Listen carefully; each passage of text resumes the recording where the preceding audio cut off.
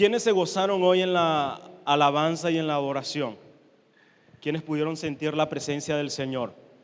Creo que a través de la alabanza y de la adoración somos libres. Nuestras cargas, nuestras luchas, nuestras ansiedades, podemos dejarla a los pies del Señor mientras adoramos, mientras exaltamos a Dios. Por eso quiero tener un momento un poco distinto el día de hoy. ¿Distinto en qué sentido? Quiero hacer una prédica para gente, digámoslo, gente madura en el Señor, gente con tiempo en el Señor. A ver, ¿quiénes no son cristianos? No son. Todos los que estamos acá son cristianos. ¿Hay alguien que nos visite? ¿Tenemos alguien que nos visite? Todos al parecer somos de la casa. Bueno, entonces creo que esto es para cada uno de ustedes. Esto que quiero compartir y hablar el día de hoy. Espero no extenderme, espero no ser muy extenso el día de hoy. Quiero ser claro y conciso con lo que voy a decir. Y voy a decir como dijo el apóstol Pablo a la iglesia. Quiero hablarles como gente que ya no necesita leche, sino que necesita comida sólida para poder avanzar y ser establecidos en la casa del Señor o en el Evangelio, en la palabra, para que podamos ser edificados y fundamentados en la roca. Amén. Gloria a Dios. Quiero que vamos rápidamente a Mateo capítulo 22, versículo 34. Mateo capítulo 22, versículo 34. Quiero seguir bajo el eslogan o bajo la prédica que el pastor estuvo realizando la semana pasada. Discípulos haciendo discípulos. Yo quiero que le diga a la persona que está a su lado por un momento. Discípulos haciendo discípulos. Dígale a la persona que usted ve. Discípulos haciendo discípulos. Yo quiero que esto se grabe en nuestro subconsciente, se grabe en nuestra mente, se grabe en nuestro corazón y que nos vayamos impregnados de esto. Discípulos haciendo discípulos. Como ya lo sabemos, hoy es un día de culto misionero, domingo de culto misionero, donde podemos hablar y expresar libremente o con claridad, mejor dicho, acerca de la necesidad mundial de Jesús.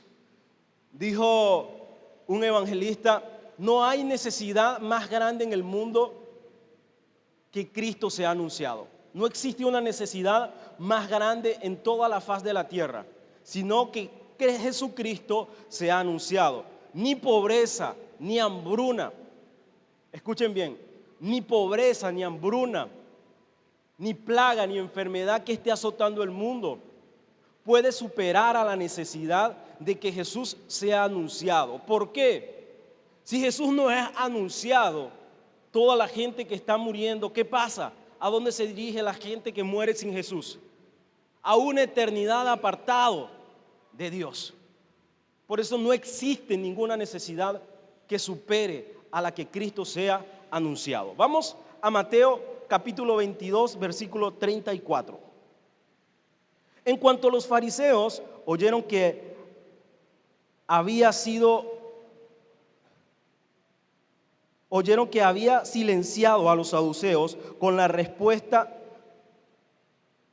se juntaron para interrogarlo nuevamente. Uno de ellos, experto en la ley religiosa, intentó darle una trampa con la siguiente pregunta: Maestro, ¿cuál es el mandamiento más importante de la ley de Moisés?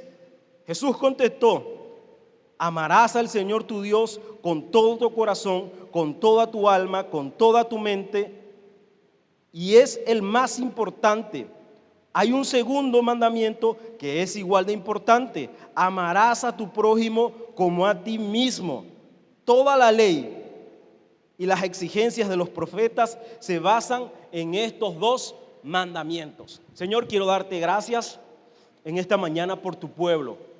Ese pueblo, Señor, que hoy se dispone a escuchar tu palabra. Ese pueblo que hoy se dispone a escuchar, Señor, lo que tú has puesto en mi corazón para el día de hoy, Señor. Padre, quiero pedirte que prepares cada uno de nuestros corazones, Señor, y que no seamos oidores olvidadizos, Señor, sino que seamos hacedores de tu palabra, mi Dios. En el nombre poderoso de Jesús, que esta palabra nos confronte, nos quebrante, Señor, y nos haga estremecer, Señor, de ese lugar de confort que muchas veces estamos, Señor. En el nombre de Jesús, amén y amén. Quiero llevarlos un poco acerca de la escena en la cual Jesús se encontraba en esta oportunidad. Los fariseos se encontraban buscando una manera para desacreditar a Jesús. Y anteriormente los saduceos ya habían intentado desacreditar a Jesús con una pregunta que le habían hecho. Y no conforme con esto, ya que Jesús los había hecho callar por completo, los fariseos vinieron intentando nuevamente desacreditar y humillar a Jesús, haciéndole una pregunta: Señor, o Rabí, según tú, de todos los mandamientos de la ley de Moisés, ¿cuál es el más importante? Y Jesús, de una manera muy serena, tranquila, ya sabía cuál era la intención de esta gente al hacerle la pregunta. Le responde: existe un mandamiento. Amarás al Señor tu Dios con toda tu mente, con todo tu corazón. Ese es el mandamiento más importante. Sin embargo, existe otro mandamiento que es igual de importante. Amarás a tu prójimo como a ti mismo.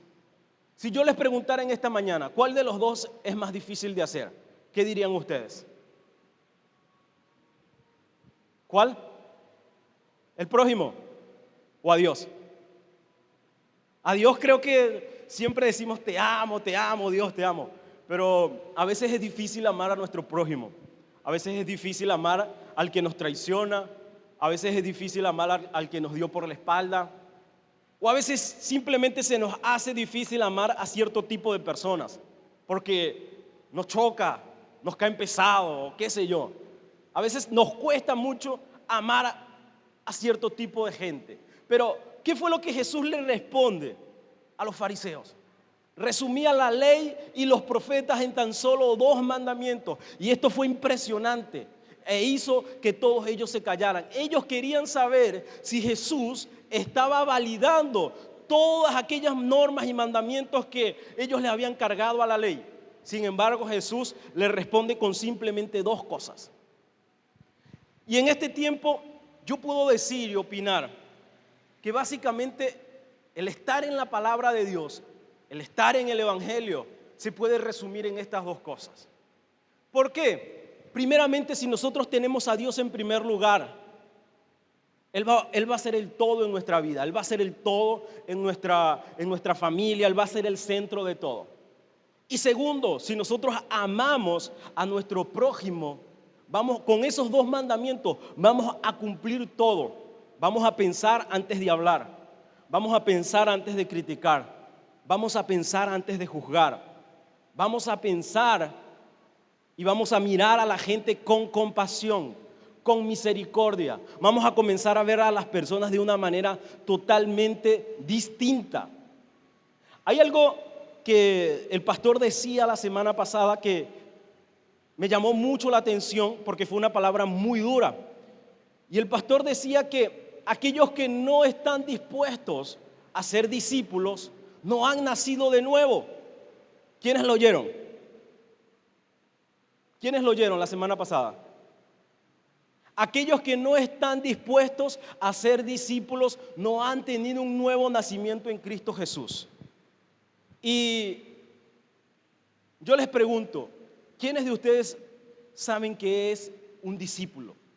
Quiero escuchar y ver la posibilidad si entre todos nosotros podemos formar un concepto acerca de discipulado. ¿Qué les parece? ¿Qué les parece si ustedes me dan unas ideas o me dicen qué es lo que piensan acerca del discipulado y formamos un concepto en esta mañana? ¿Quién se atreve a decirme qué es discipulado? ¿O qué es discípulo? ¿Qué es discípulo? ¿Qué es ser discípulo? ¿Un valiente o una valiente? Roberto quiere hablar.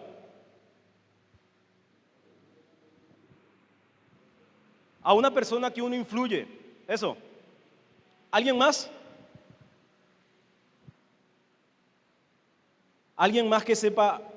Mire, vamos a trabajar en este año con este eslogan.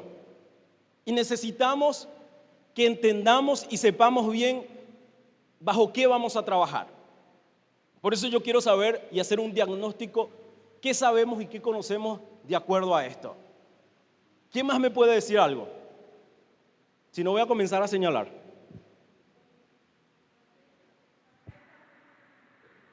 ¿Acepta?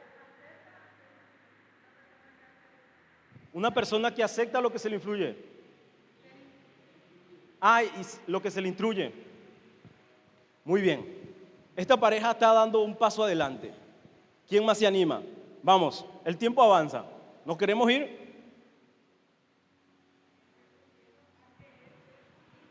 Sí.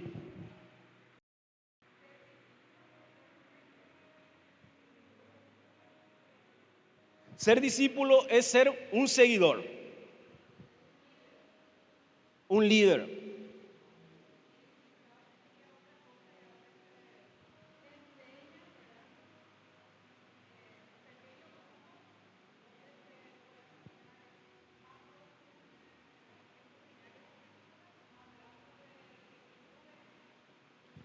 Dice la hermana que discipulado ya sería en un pequeño grupo donde se les instruye y se les enseña acerca de la palabra, básicamente. Muy bien, ya la gente se está animando. Quiero 2 personas más que se animen.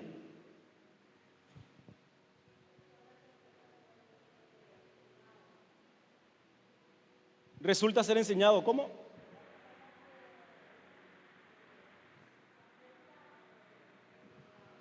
Una persona que acepta ser enseñado, eso es ser discípulo, muy bien.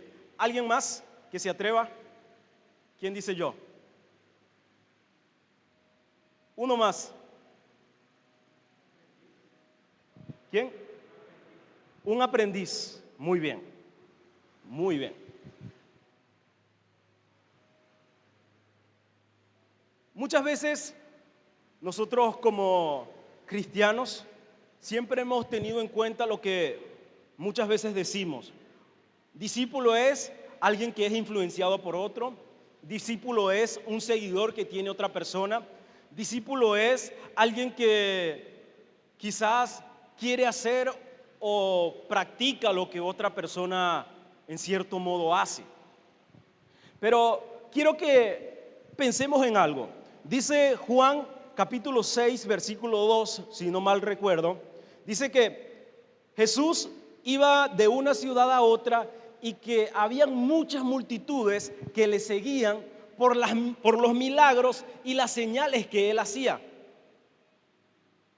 A Jesús lo seguía mucha gente, pero sin embargo, Jesús solamente tenía 12 discípulos, porque hay que entender que no todo el que sigue es discípulo. ¿Por qué? Porque muchas veces la gente sigue, pero simplemente sigue. Pero el discípulo sigue e imita lo que ese líder o lo que Jesús hace. Ese es el discípulo. El discípulo sigue e imita, hace lo que esa persona hizo. Muestra con vivos ejemplos y claros ejemplos lo que esa persona hizo. Es decir, hay mucha gente que quizás viene a la iglesia, está en la iglesia, se congrega los domingos, pero simplemente se congrega los domingos y no son discípulos porque no tienen una vida practicante del evangelio. Solamente vienen a la iglesia, congregan, les gusta lo que predicamos, les gusta lo que hablamos, les gusta cómo ministramos, les gusta recibir, les gusta que se les ponga la mano, pero no son practicantes. Ahora, yo quiero hacerles una pregunta y no me la respondan. ¿Qué clase de creyentes son ustedes? ¿Son los creyentes que solamente vienen domingo a domingo a la iglesia? ¿O son esos discípulos que siguen el vivo ejemplo y claro ejemplo de Jesús? ¿Qué clase de creyentes somos? Basado a esto podemos decir que existen 2 clases de creyentes. Podemos decir, si buscamos en otras partes de la Biblia, que hay más. Pero basado en esto podemos decir que existe el creyente dominical, o bueno, acá ocurre un fenómeno un poco extraño, y es que acá ocurre que cada 15 días la gente se turna para venir a la iglesia. Una semana viene un grupo y la otra semana viene el otro grupo. No sé por qué se turnan si hay bastante lugar para todos, pero ocurre ese fenómeno dentro de la congregación. Ahora, ustedes personalmente quiero que se examinen y analícense. ¿Qué clase de discípulo? Si ustedes tuvieran que analizarse y pensar, ¿qué clase de discípulo soy? ¿Soy un discípulo que de verdad sigue a Jesús? ¿O soy un discípulo de qué tipo? Les hago otra pregunta más allá. ¿Por qué venimos a congregarnos? ¿Qué es lo que nos motiva a estar acá congregados? ¿Estamos detrás de las señales? ¿Estamos detrás de la gloria que Dios puede ofrecernos? ¿Qué es lo que nos motiva al estar en la iglesia? ¿Qué te motiva? No, en la iglesia yo siento una paz, una tranquilidad. No, en la iglesia yo siento que Dios me motiva, Dios me ayuda. Por eso yo estoy en la iglesia. Otros pueden decir, yo voy a la iglesia porque fue lo único que se me enseñó. No existe otra cosa que yo haya aprendido. Yo voy a la iglesia porque Dios sanó a mi familia, Dios sanó a mi papá, Dios sacó a mi papá del alcoholismo, o Dios sanó a mi mamá del cáncer, qué sé yo. Pero personalmente ustedes, ¿por qué vienen? ¿Venimos porque estamos necesitados de Dios o porque en verdad hemos creído quién es Él en nuestra vida? ¿Cuál es la razón por la cual nosotros estamos acá? Y yo no sé si estamos entendiendo lo que es ser un discípulo. Y quiero ir un poco más allá. A veces nosotros como creyentes nos conformamos con servir en un área en la iglesia y creemos que eso es el todo y allí ya estamos cumpliendo nuestra misión y nuestro propósito en el mundo. Es decir, si yo predico en la iglesia, yo creo que con eso ya yo estoy cumpliendo mi misión. Si yo canto, toco algún instrumento, yo creo que ya con eso estoy cumpliendo mi misión. Si yo enseño a los niños, si yo recibo a la gente, hago que la gente se siente, ya siento que mi lugar en la iglesia lo estoy cumpliendo. ¿Y qué de la gente que no tiene lugar para servir en la iglesia? Porque supónganse, frecuentemente los fines de semana sobrepasamos las 100 personas en la iglesia. No va a haber un lugar para que las 100 personas todos los domingos podamos servir. Y quizás no todos van a llegar a servir dentro de la iglesia o lo que nosotros manejamos y conocemos como servicio. Porque no todos tenemos los mismos dones, no todos tenemos los mismos talentos. Y pensamos que al estar sirviendo, y no estoy desestimando el servicio que se hace acá dentro de la iglesia, porque es muy importante. No lo estoy desestimando. Pero ese servicio, ¿para qué sirve? Para el fortalecimiento y el buen funcionamiento de nuestra iglesia. Acá, de las 4 paredes. Acá. Pero el propósito no es simplemente servir dentro de la iglesia. El propósito es hacer discípulos fuera de la iglesia. Parece que de un momento a otro nosotros hemos cambiado el concepto de hacer discípulos y de evangelizar. Y ahora pensamos que estamos evangelizando a las personas cuando les traemos a la iglesia. ¿Quiénes piensan eso? No, yo estoy evangelizando a una persona, le estoy llevando a la iglesia. No está mal en lo absoluto, pero hemos cambiado el concepto. La gente no tiene que venir a la iglesia para ser evangelizada. La iglesia tiene que ir a la gente para que la gente pueda ser evangelizada. Una de las cosas que me llamaba la atención de lo que decía el pastor el fin de semana pasado es que Paraguay tiene aproximadamente 8 millones de habitantes, de los cuales apenas un 10% se considera cristiano. Un 10%. ¿Y qué pasa con nosotros como iglesia? ¿Qué estamos haciendo? ¿Qué estamos haciendo tú que me escuchas? No podemos decir, yo fui llamado a cantar, yo no fui llamado a predicar. No puedo decir, yo fui llamado a enseñar, no fui llamado a predicar. Yo fui llamado a recibir la gente. Cuando Jesús llama a sus 11 discípulos, Ya Judas se había muerto luego de haber resucitado. Él comisiona a los 11 y le entrega dos verbos imperativos que son muy fuertes: el id y el hacer discípulos. A los 11, Él no le da una tarea a cada uno y le dice: bueno, Pedro, tú te vas a encargar, tú eres puro fuego, así que te vas a encargar de ser el evangelista. Juan, tú eres puro amor, tú te vas a encargar de enseñar. Jesús no hace eso. A los 11 como tal, a sus 11 discípulos, dice que dejando las multitudes, ya no estaban las multitudes con Él, a sus 11 discípulos. Entonces, esta palabra es para ti si eres discípulo. Esta palabra que yo estoy dando en esta mañana es para ti. ¿Eres discípulo? ¿Eres discípulo? Bueno, esta palabra es para ti. ¿Cuál es la misión y el propósito de Dios en este tiempo? Que nosotros como iglesia, nosotros como congregación, comencemos a discipular. Comencemos primeramente nosotros, por nosotros tenemos que comenzar. Antes de nosotros poder discipular a alguien, tenemos que darnos cuenta si somos o no somos discípulos. ¿Somos o no somos discípulos? Y si ya somos discípulos, tenemos que comenzar a discipular a otras personas. Tenemos que comenzar a multiplicarnos, porque no tiene sentido entonces que Jesús nos haya sacado de entre 8 millones de paraguayos que no conocen a Cristo. Jesús los escogió a ustedes con un propósito, y ese propósito no es simplemente venir a la iglesia, cantar, adorar, recibir y llenarnos, y ya, ahí se acabó. Hay algo más allá. Yo no sé si ustedes se han preguntado algo, eso. ¿Será que ahí está el todo? ¿O hay algo más allá? Hay algo más allá.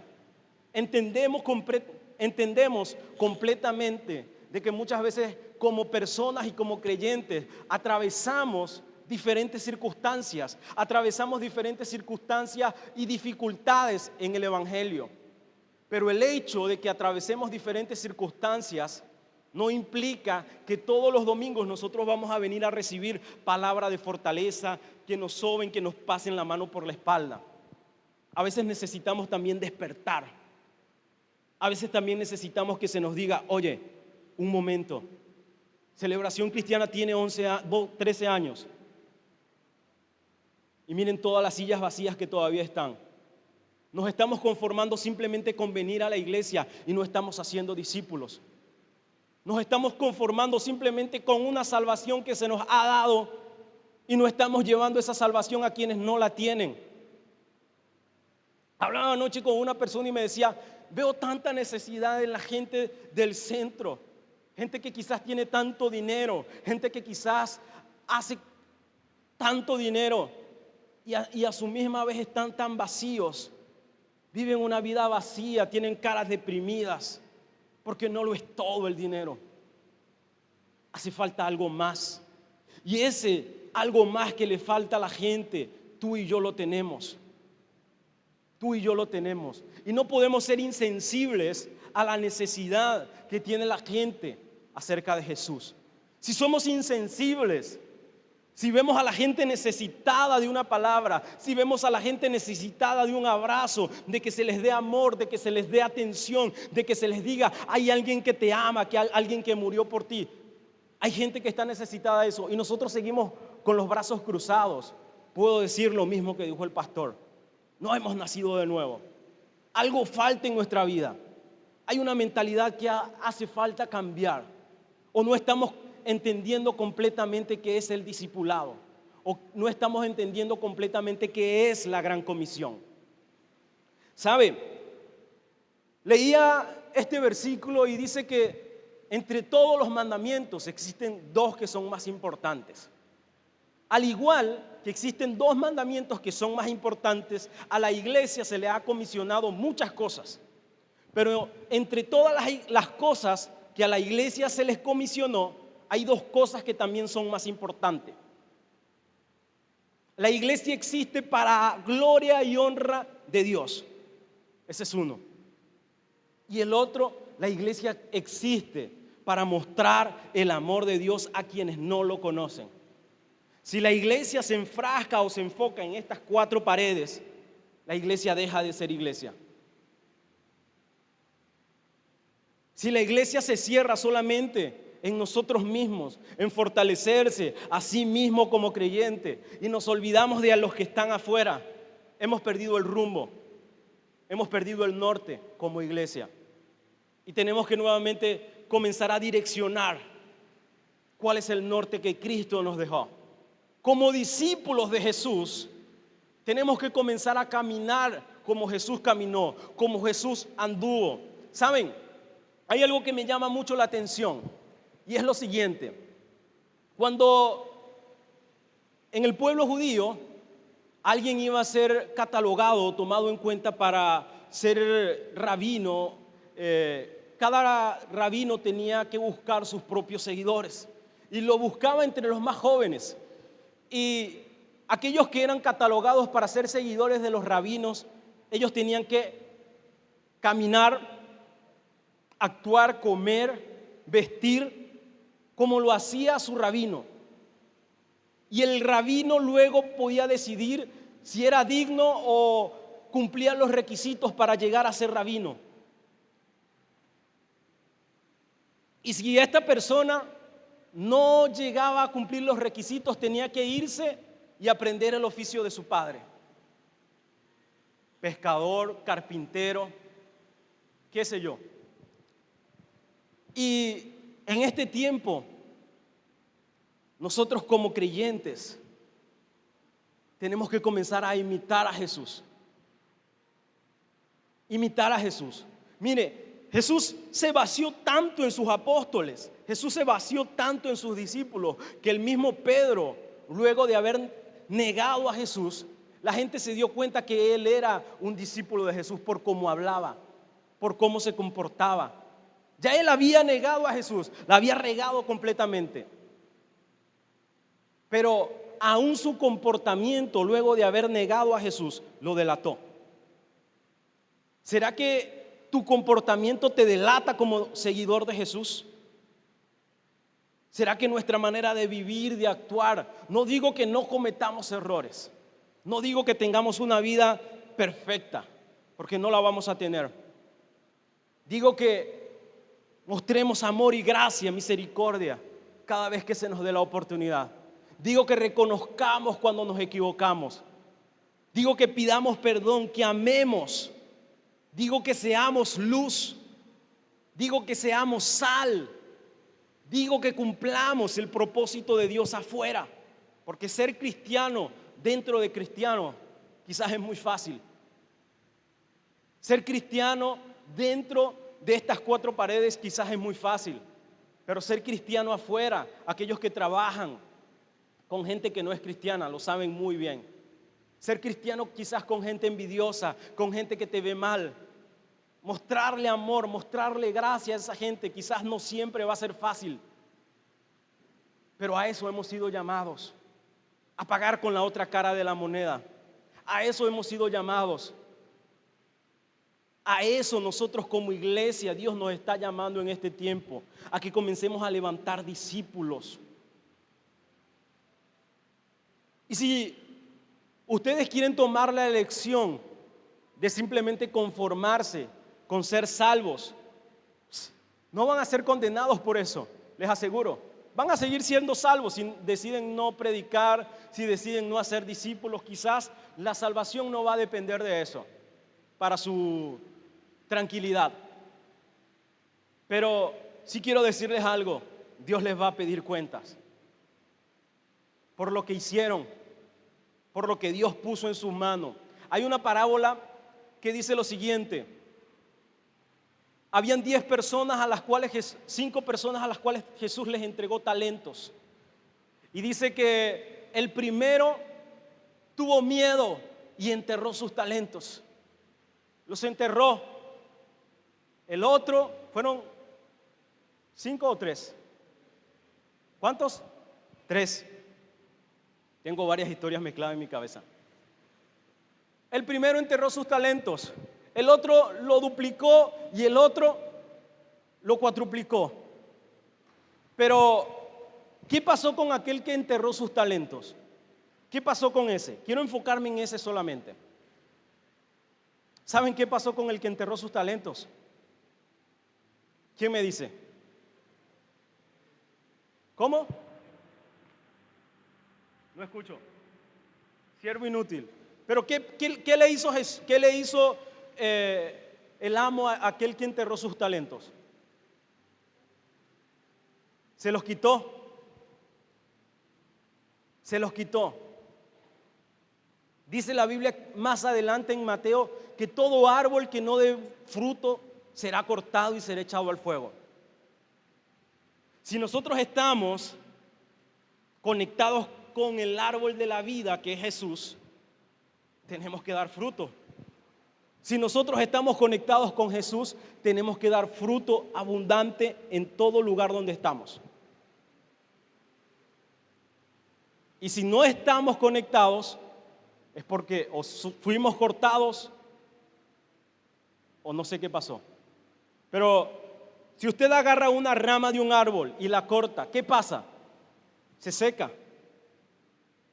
Se seca completamente. Y aquellos que no están conectados a Jesús, si no comprendemos esto, va a llegar el momento en que se secarán y terminarán apartándose de la iglesia.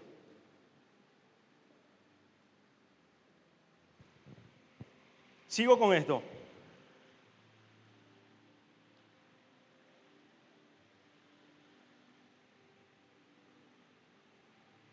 Somos hijos de Dios y somos llamados a ser. Somos hijos de Dios y somos llamados a ser iglesia, no a venir a la iglesia. No somos llamados simplemente a venir a la iglesia. Somos llamados a ser la iglesia. ¿Y dónde vamos a hacer la iglesia? La iglesia no depende de esta estructura. La iglesia está dentro de nosotros. ¿Dónde vamos a hacer iglesia? Donde estemos. Donde estemos, en cualquier lugar donde vamos. ¿Sabe? Yo creo que tenía algo pensado decir, pero me di cuenta que quizás este fenómeno no ocurre todo el tiempo acá. Y es que hay veces o hay iglesias en las cuales los creyentes se molestan porque no se les da oportunidades de servir dentro de la iglesia. Pero dentro de Celebración Cristiana hay muchos lugares donde servir. Y la gente muchas veces no quiere asumir un compromiso. No sé por qué, pero siempre hay lugares donde podemos servir. Con los niños siempre tenemos lugares para poder servir como maestros. Con mujeres también siempre hay, con los ujieres. Y puedo decir muchos lugares donde está la oportunidad de servir. Ahora hay audiciones para poder entrar al ministerio de alabanza. Hay muchos lugares donde poder servir en Celebración Cristiana. Y muchas veces la gente prefiere estar sentados allí en su lugar cómodo y venir a la iglesia y ser simplemente un espectador. Pero quiero decirte algo, querido hermano y querida hermana, con el amor del Señor, Dios no te llamó a ser un espectador. Dios no te llamó simplemente a sentarte en tu silla y venir todos los domingos a la congregación. Hay algo más. No vas a poder decir que en Celebración Cristiana nunca se te dio la oportunidad de servir. Quizás no se te dio la oportunidad donde tú querías, pero acá siempre va a haber un lugar para que tú puedas servir. Tenemos los GPO. ¿Quiénes pertenecen a los GPO? ¿Quiénes tienen un GPO? Creo que todos tenemos que ser parte de un GPO.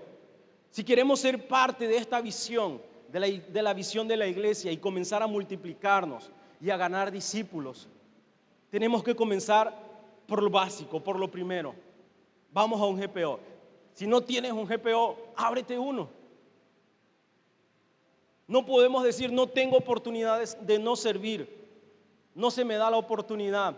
Mira, yo estoy seguro que al lado de tu casa hay más de uno que no son cristianos.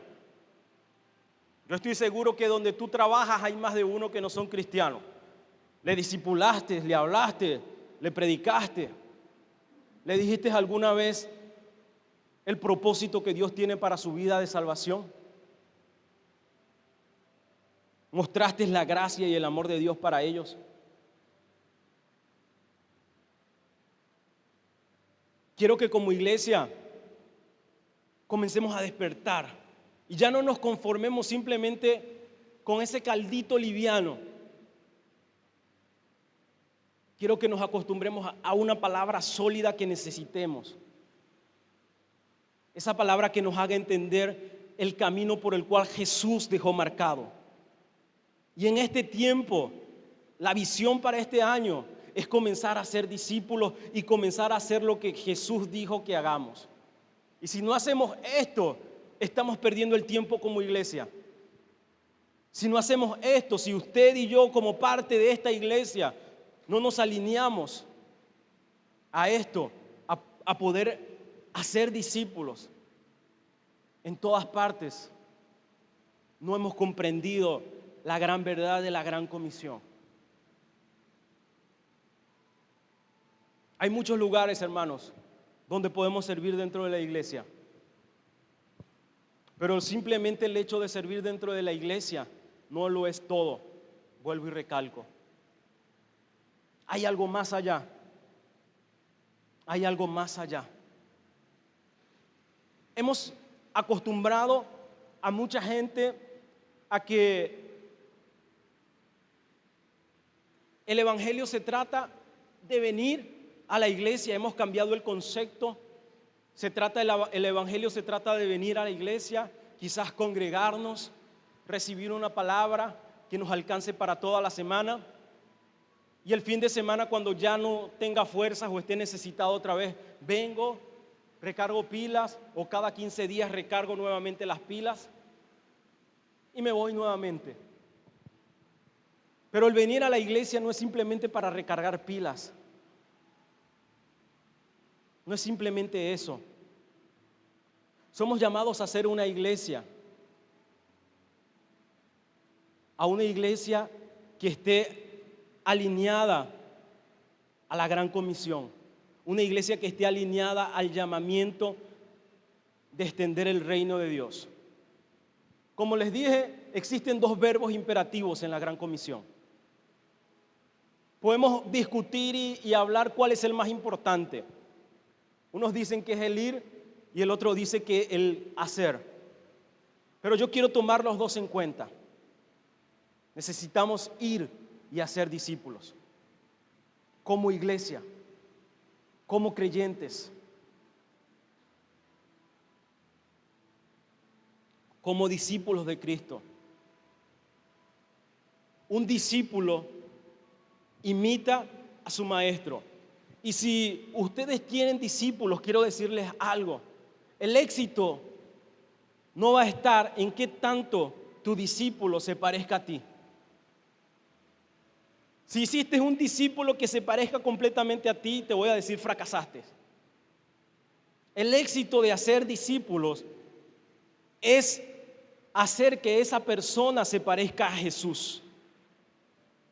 Es cuánto Jesús se puede ver a través de esa persona. Porque yo no quiero otro Julio.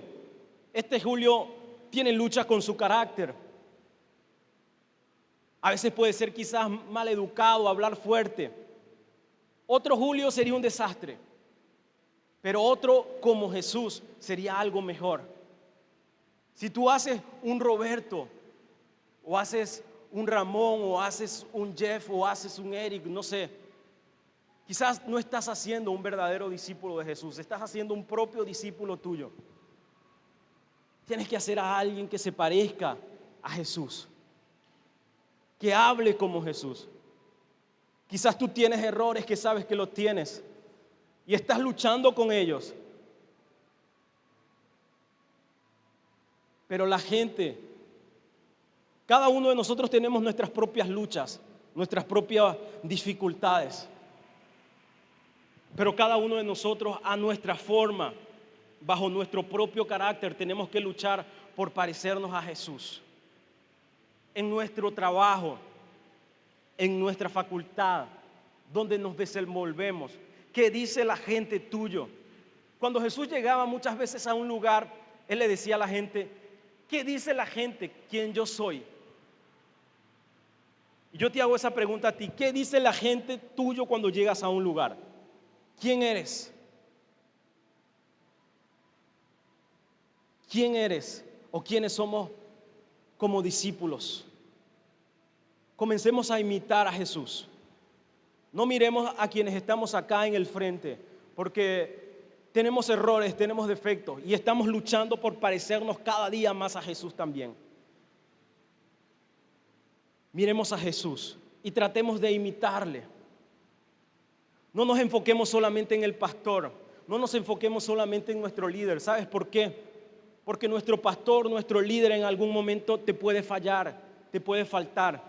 Y te vas a enojar y vas a decir, no, el pastor no me ama, en esa iglesia no hay amor, en esa iglesia nadie saluda, en esa iglesia. Si miramos a la gente, nunca vamos a estar conforme en ninguna iglesia. Pero si comenzamos a mirar a Jesús, si comenzamos a imitar a Jesús, vamos a comenzar a ser la iglesia que Jesús quiere que nosotros seamos. Amén. Quiero que por un momento usted pueda ponerse en pie.